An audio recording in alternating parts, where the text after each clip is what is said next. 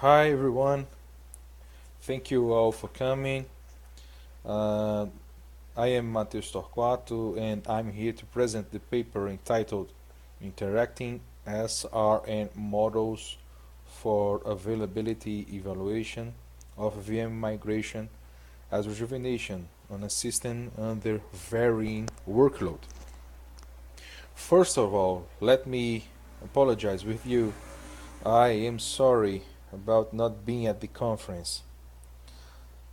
Unfortunately, I had some problems that prevent me from participating this year. However, I'm hoping that you are having a good time. So, I am currently on leave from my activities at the Federal Institute of Alagoas to pursue my PhD at the University of Coimbra. And I did this research with the help of my PhD advisor, Professor Marco Vieira. Let's get started. Cloud computing is now at the core of several businesses around the world.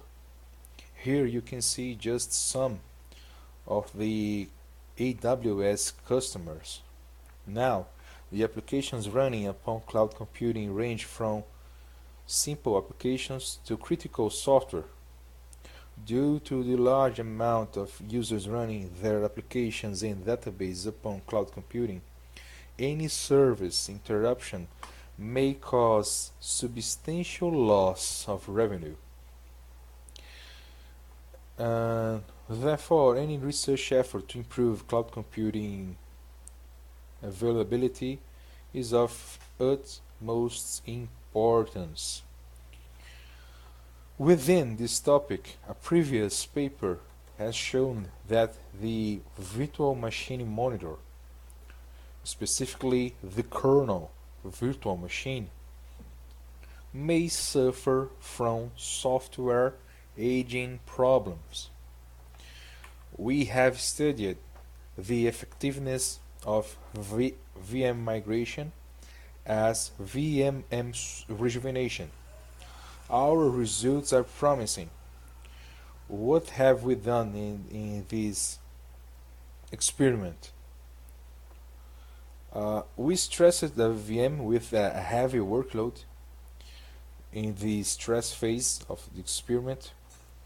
We are trying to induce aging bugs activation.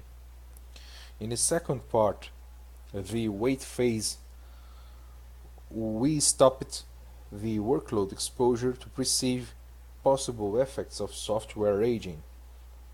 As you can see, the system is still degraded in the wait phase. Then, in the last phase, we submitted a VM migration in the environment. So you can also notice that the effects of software aging are removed.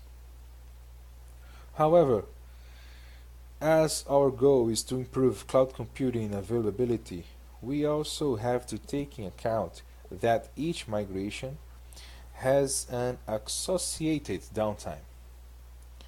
So we have a problem. If we do not migrate the VM, it may suffer availability problems because of VMM software aging.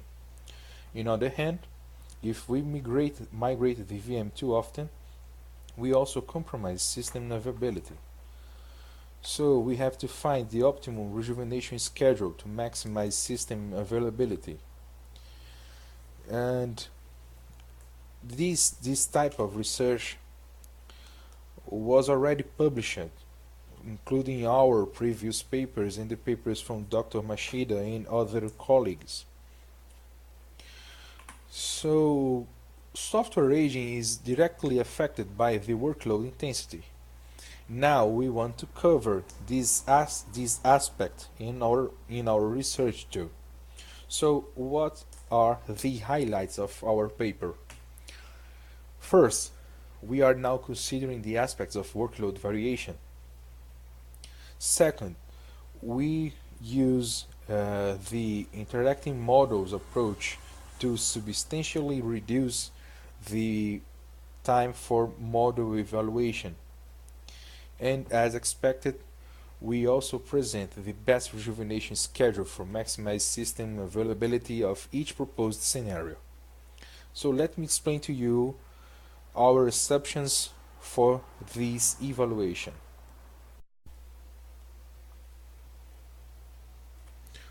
Our system architecture has two physical machines. Main node, which runs the VM, standby node, which is the target for VM migration. These machines are in a private network. We also have a remote storage volume to enable VM live migration, and of course we have a VM running the desired application. To understand our VMM rejuvenation technique, let's consider a cycle with 4 stages. In the first stage, the system is running without software aging problems. In the stage 2, as the time passes, the VMM starts to accumulate software aging effects. In the stage 3, when the time for rejuvenation comes, we submit a VM live migration in the environment. The standby node receives the VM and now turns into main node. In stage 4, the previous main node may now pass through rejuvenation actions. After rejuvenation completion, the previous main node assumes the role of standby node, and the cycle repeats. Now, let's take a look in the availability models. Here we have the monolithic model, which covers all the aspects of system behavior. The monolithic model has 3 submodels: the workload submodel, the clock submodel, and the main model. Let's begin with the bottom part of the main model. This bottom part represents the non-aging failures and repairs as hardware or operating system failures and repairs. To simplify this explanation, consider this state machine. The up state is the initial system state. In this state, we have main node and VM running. From this point, we have 2 possibilities. First, the VM may fail, bringing the system to the VMDW state, or the main node may fail, bringing the system to the DW state.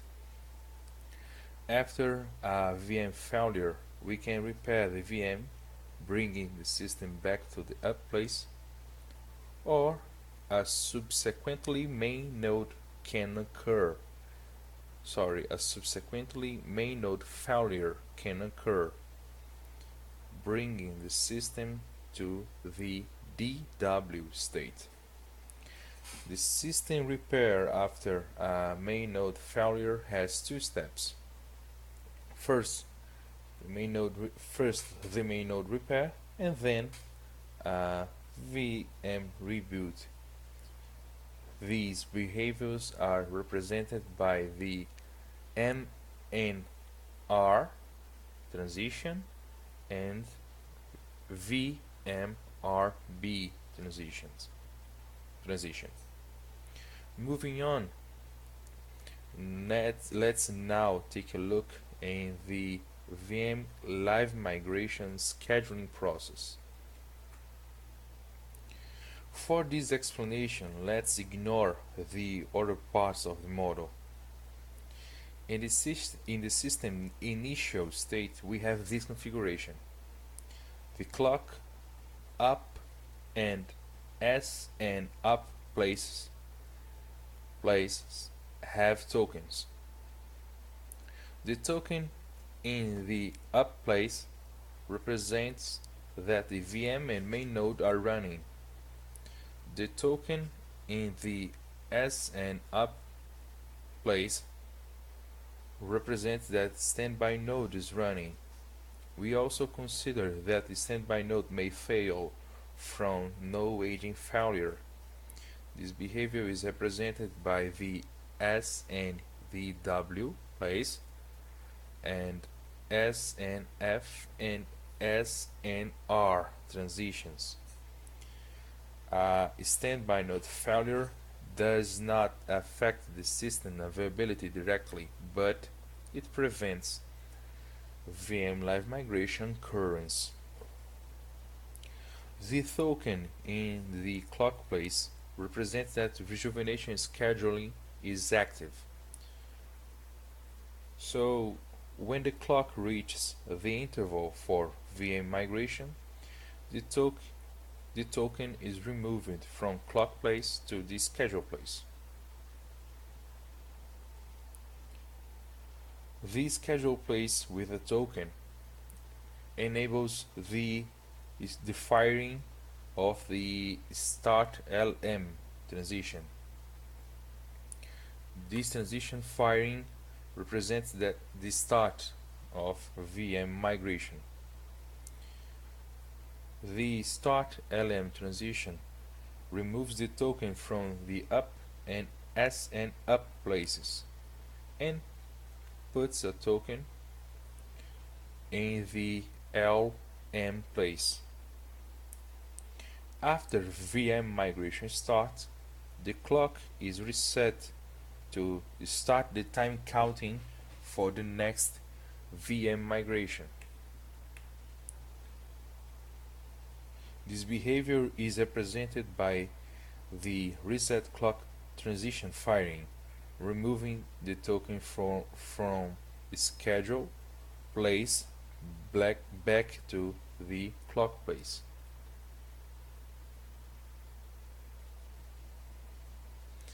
After VM migration downtime, represented by the transition LMDWT, the system returns to operation. So after LMDWT firing, a token returns to the up place, and as I explained it before, the node with software aging may pass through software rejuvenation. So after rejuvenation completion, represented by REG transition firing, a token returns to the S and up place, restarting the cycle. Moving on, now let's take a look in the workload submodel. In this paper, we are considered that the workload variation have two states, peak and off-peak. The token in the peak place represents that the system is receiving a high workload demand. When we have a token in the off-peak place, the system is facing a low workload demand. So we assume that the workload variation has cycles of peak and off-peak states. But how the model captures the workload variation impacts in the software aging accumulation? Let's now take a closer look in this section of the model.